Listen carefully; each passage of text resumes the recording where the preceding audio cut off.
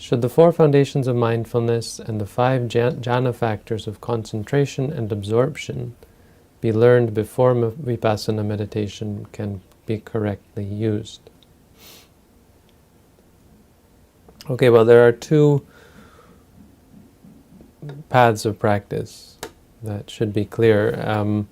The first path of practice is to start with tranquility meditation and then go on with Vipassana. So the way that works is you cultivate pure concentration and or you cultivate tranquility, and then your wisdom, your knowledge comes, and when they meet in a peak, when you have both the 2 of them, then there's the spark, and because of the focused knowledge or insight, there's the attainment of Nibbana. Now the other way is to build up both concentration and insight together until the last moment, and there's the spark.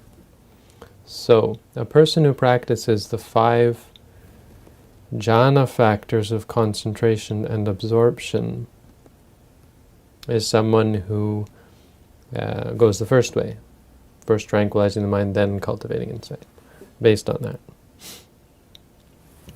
Now it's can be stronger.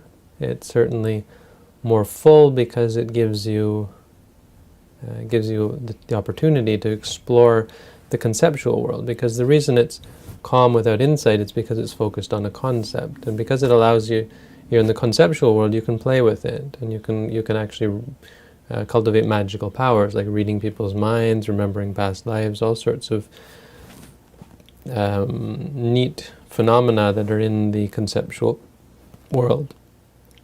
You can't get that from cultivating the 2 together, not very easily anyway. But it seems to take longer. The time you're spending in cultivating first concentration could have been used in cultivating insight. So it seems like it probably takes a little bit longer, because if you just do pure insight and concentration, you seem to be able to get pretty good results in a few weeks, or at most a month. Whereas if you do tranquility first, it can take months to get the same result, even years, depending on whether you ever get around to insight meditation afterwards. Some people will just stick to the calm and not realize that they have to add insight, or never get instruction in how to cultivate insight. So the question of whether you have to learn them, now the question your question is, should they be learned? Now, I'm not sure whether that means study or practice. If you just mean, do you have to study about these things, then, well, first of all, you don't have to practice them first. So you don't have to learn how to, or you don't have to cultivate the 5 jhana factors, but first, if you just want to do them both together. But and so you obviously, in that case, don't have to study them either. But if you want to do it the samatha first way, the tranquility first way, then you have to both learn and practice them first. Study and practice them.